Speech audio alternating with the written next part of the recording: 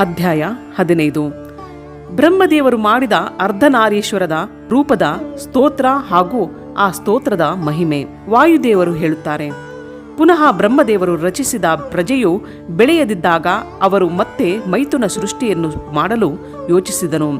ಇದಕ್ಕೆ ಮೊದಲು ಈಶ್ವರನಿಂದ ನಾರಿಯರ ಸಮುದಾಯವು ಪ್ರಕಟವಾಗಿರಲಿಲ್ಲ. ಅದಕ್ಕಾಗಿ ಅಲ್ಲಿಯವರೆಗೆ ಪಿತಾಮಹನು ಮೈಥುನಿ ಸೃಷ್ಟಿಯನ್ನು ಮಾಡದೆ ಹೋದನು.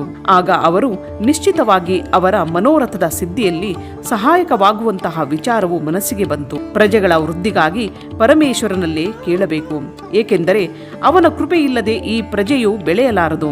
ಹೀಗೆ ಯೋಚಿಸಿ ವಿಶ್ವಾತ್ಮ ಬ್ರಹ್ಮನು ತಪಸ್ಸು ಮಾಡಲು ಸಿದ್ಧತೆ ಮಾಡಿದನು. ಆಗ ಆದ್ಯ, ಅನಂತ, ಲೋಕಭಾವಿನಿ, ಸೂಕ್ಷ್ಮತರ, ಶುದ್ಧ, ಭಾವಗಮ್ಯ, ಮನೋಹರ, ನಿರ್ಗುಣ, ನಿಷ್ಪ್ರಪಂಚ, ನಿಷ್ಕಲ, ನಿತ್ಯ, ಸದಾ ಈಶ್ವರನ ಬಳಿ ಇರುವ ಅವನ ಪರಮಾಶಕ್ತಿ ಆಕೆಯಿಂದ ಕೂಡಿದ ಭಗವಾನ್ ತ್ರಿಲೋಚನನ್ನು ಹೃದಯದಲ್ಲಿ ಚಿಂತಿಸುತ್ತಾ ಬ್ರಹ್ಮದೇವರು ಭಾರೀ ತಪಸ್ಸಿಗೆ ತೊಡಗಿದರು. ತೀವ್ರವಾದ ತಪಸ್ಸಿನಲ್ಲಿ ತೊಡಗಿರುವ ಪರಮೇಷ್ಠಿ ಬ್ರಹ್ಮನ ಮೇಲೆ ಅವನ ಪಿತಾ ಮಹಾದೇವನು ಸ್ವಲ್ಪ ಸಮಯದಲ್ಲೇ ಸಂತುಷ್ಟನಾದನು. ಅನಂತರ ತನ್ನ ಅನಿರ್ವಚನೀಯ ಅಂಶದಿಂದ ಯಾವುದೋ ಅದ್ಭುತ ಮೂರ್ತಿಯಲ್ಲಿ ಅವಿಷ್ಟನಾಗಿ ಭಗವಾನ್ ಮಹಾದೇವನು ಅರ್ಧ ಶರೀರದಿಂದ ನಾರಿ ಮತ್ತು ಅರ್ಧ ಶರೀರದಿಂದ ಈಶ್ವರನಾಗಿ ಬ್ರಹ್ಮದೇವರ ಬಳಿಗೆ ಹೋದನು. ಆ ಸರ್ವವ್ಯಾಪಿ, ಎಲ್ಲವನ್ನು ಕೊಡುವ, ಸತ್ ಅಸತ್ತಿನಿಂದ ರಹಿತ, ಸಮಸ್ತ ಉಪಮಾನಗಳಿಂದ ಶೂನ್ಯನು, ಶರಣಾಗತ ವತ್ಸಲ ಮತ್ತು ಸನಾತನ ಶಿವನಿಗೆ ಸಾಷ್ಟಾಂಗ ನಮಸ್ಕಾರ ಮಾಡಿ ಬ್ರಹ್ಮದೇವರು ಎದ್ದು ಕೈ ಜೋಡಿಸಿ ಮಹಾದೇವನ ಹಾಗೂ ಮಹಾದೇವಿ ಪಾರ್ವತಿಯನ್ನು ಸ್ತುತಿಸತೊಡಗಿದರು. ಬ್ರಹ್ಮದೇವರು ಹೇಳಿದರು, ದೇವದೇವ ಮಹಾದೇವನೇ, ನಿನಗೆ ಜಯವಾಗಲಿ. ಈಶ್ವರ ಮಹೇಶ್ವರನೇ, ನಿನಗೆ ಜಯವಾಗಲಿ. ಸರ್ವಗುಣ ಶ್ರೇಷ್ಠ ಶಿವನೇ, ನಿನಗೆ ಜಯವಾಗಲಿ. ಸಮಸ್ತ ದೇವತೆಗಳ ಸ್ವಾಮಿ ಶಂಕರನೇ, ನಿನಗೆ ಜಯವಾಗಲಿ. ಪ್ರಕೃತಿ ರೂಪಿಣಿ ಕಲ್ಯಾಣಮಯಿ ಉಮೆಯೇ, ನಿನಗೆ ಜಯವಾಗಲಿ. ಪ್ರಕೃತಿಯ ನಾಯಕಿಯೇ, ನಿನಗೆ ಜಯವಾಗಲಿ. ಪ್ರಕೃತಿಯಿಂದ ದೂರವಿರುವ ದೇವಿಯೇ, ನಿನಗೆ ಜಯವಾಗಲಿ. ಪ್ರಕೃತಿ ಸುಂದರಿ, ನಿನಗೆ ಜಯವಾಗಲಿ. ಅಮೋಘ ಮಹಾಮಾಯೆ ಮತ್ತು ಸಫಲ ಮನೋರಥವುಳ್ಳ ದೇವನೇ, ನಿನಗೆ ಜಯವಾಗಲಿ. ಅಮೋಘ ಮಹಾಲೀಲಾ ಮತ್ತು ಎಂದೂ ವ್ಯರ್ಥವಾಗದ ಮಹಾನ್ ಬಲದಿಂದ ಕೂಡಿದ ಪರಮೇಶ್ವರನೇ, ನಿನಗೆ ಜಯವಾಗಲಿ, ಜಯವಾಗಲಿ. ಸಂಪೂರ್ಣ ಜಗತ್ತಿನ ಮಾಯೆ ಉಮೆಯೇ, ನಿನಗೆ ಜಯವಾಗಲಿ. ವಿಶ್ವ ಜಗನ್ಮಯೇ, ನಿನಗೆ ಜಯವಾಗಲಿ. ವಿಶ್ವ ಜಗಧಾತ್ರಿಯೇ, ನಿನಗೆ ಜಯವಾಗಲಿ. ಸಮಸ್ತ ಪ್ರಪಂಚದ ಸಖಿಯೇ, ಸಹಾಯಕಿಯೇ, ನಿನಗೆ ಜಯವಾಗಲಿ. ಪ್ರಭೋ, ನಿನ್ನ ಐಶ್ವರ್ಯ ಹಾಗೂ ಧಾಮ ಎರಡೂ ಸನಾತನವಾಗಿದೆ. ನಿನಗೆ ಜಯವಾಗಲಿ, ಜಯವಾಗಲಿ. ನಿನ್ನ ರೂಪ ಮತ್ತು ಅನುಚರ ವರ್ಗವು ನಿನ್ನಂತೆಯೇ ಸನಾತನವಾಗಿದೆ. ನಿನಗೆ ಜಯವಾಗಲಿ, ಜಯವಾಗಲಿ. ತನ್ನ 3 ರೂಪಗಳಿಂದ 3 ಲೋಕಗಳ ನಿರ್ಮಾಣ, ಪಾಲನೆ ಮತ್ತು ಸಂಹಾರ ಮಾಡುವ ದೇವಿಯೇ, ನಿನಗೆ ಜಯವಾಗಲಿ, ಜಯವಾಗಲಿ, ಜಯವಾಗಲಿ.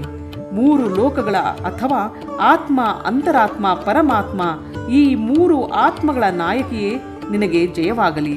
ಪ್ರಭೋ, ಜಗತ್ತಿನ ಕಾರಣ ತತ್ವಗಳ ಪ್ರಾದುರ್ಭಾವ ಮತ್ತು ವಿಸ್ತಾರ ನಿನ್ನ ಕೃಪಾದೃಷ್ಟಿಯ ಅಧೀನವೇ ಆಗಿದೆ. ಅಂತಹ ನಿನಗೆ ಜಯವಾಗಲಿ. ಪ್ರಳಯ ಕಾಲದಲ್ಲಿ ನಿನ್ನ ಉಪೇಕ್ಷಾಯುಕ್ತ ಕಟಾಕ್ಷಪೂರ್ಣ ದೃಷ್ಟಿಯಿಂದ ಪ್ರಕಟವಾಗುವ ಭಯಾನಕ ಅಗ್ನಿಯ ಮೂಲಕ ಭೌತಿಕ ಜಗತ್ತೆಲ್ಲವೂ ಭಸ್ಮವಾಗಿ ಹೋಗುತ್ತದೆ.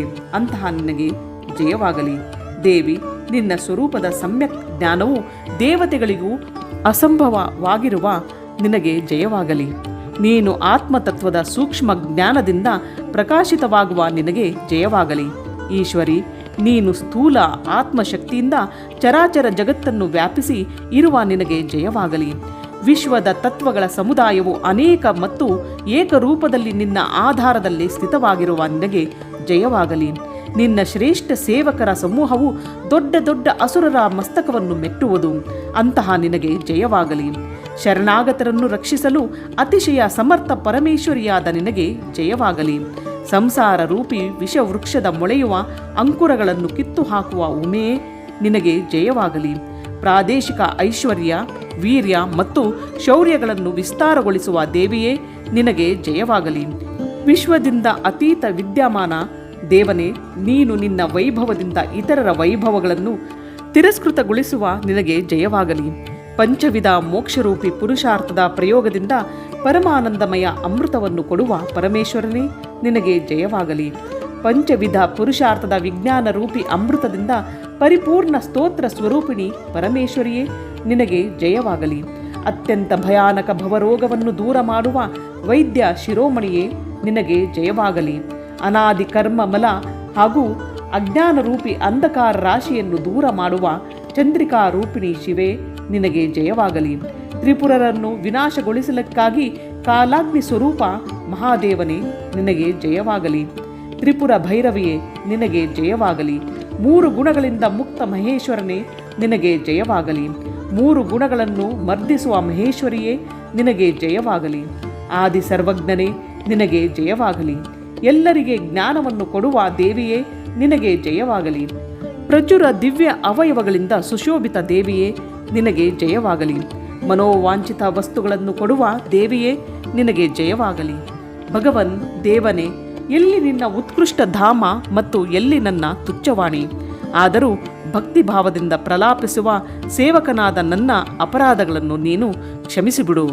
ಈ ಪ್ರಕಾರ ಸುಂದರ ಉಕ್ತಿಗಳಿಂದ ಭಗವಾನ್ ರುದ್ರನನ್ನು ಮತ್ತು ದೇವಿಯನ್ನು ಒಟ್ಟಿಗೆ ಗುಣಗಾನ ಮಾಡಿ ಚತುರ್ಮುಖ ಬ್ರಹ್ಮನು ರುದ್ರ ಹಾಗೂ ರುದ್ರಾಣಿಗೆ ಪದೇ ಪದೇ ನಮಸ್ಕರಿಸಿದನು. ಬ್ರಹ್ಮದೇವರು ಮಾಡಿದ ಈ ಪವಿತ್ರ ಉತ್ತಮ ಅರ್ಧನಾರೀಶ್ವರ ಸ್ತೋತ್ರವು ಶಿವ ಹಾಗೂ ಪಾರ್ವತಿಯರಿಗೆ ಹರ್ಷವನ್ನು ಹೆಚ್ಚಿಸುವುದಾಗಿದೆ. ಭಕ್ತಿಯಿಂದ ಯಾರಾದರೂ ಗುರುವಿನಿಂದ ಕಲಿತು ಈ ಸ್ತೋತ್ರವನ್ನು ಪಠಿಸುವವನು ಶಿವ ಮತ್ತು ಪಾರ್ವತಿಯರನ್ನು ಪ್ರಸನ್ನಗೊಳಿಸಿದ ಕಾರಣ ತನ್ನ ಅಭೀಷ್ಟ ಫಲವನ್ನು ಪಡೆದುಕೊಳ್ಳುವನು. ಯಾರು ಸಮಸ್ತ ಭುವನಗಳ ಪ್ರಾಣಿಗಳನ್ನು ಉತ್ಪನ್ನ ಮಾಡುವನು, ಯಾರ ಶ್ರೀ ವಿಗ್ರಹವು ಜನ್ಮ ಮೃತ್ಯುವಿನಿಂದ ರಹಿತನಾಗಿದೆಯೋ, ಯಾರು ಶ್ರೇಷ್ಠ ನರ ಮತ್ತು ಸುಂದರ ನಾರಿಯ ರೂಪದಲ್ಲಿ ಒಂದೇ ಶರೀರವನ್ನು ಧರಿಸಿ ಸ್ಥಿತನಾಗಿರುವನೋ, ಆ ಕಲ್ಯಾಣಕಾರಿ ಭಗವಾನ್ ಶಿವ ಮತ್ತು ಶಿವೆಗೆ ನಾನು ಪ್ರಣಾಮ ಮಾಡುವೆನು. ಇಲ್ಲಿಗೆ ಅಧ್ಯಾಯ 15 ಸಂಪೂರ್ಣವಾಯಿತು.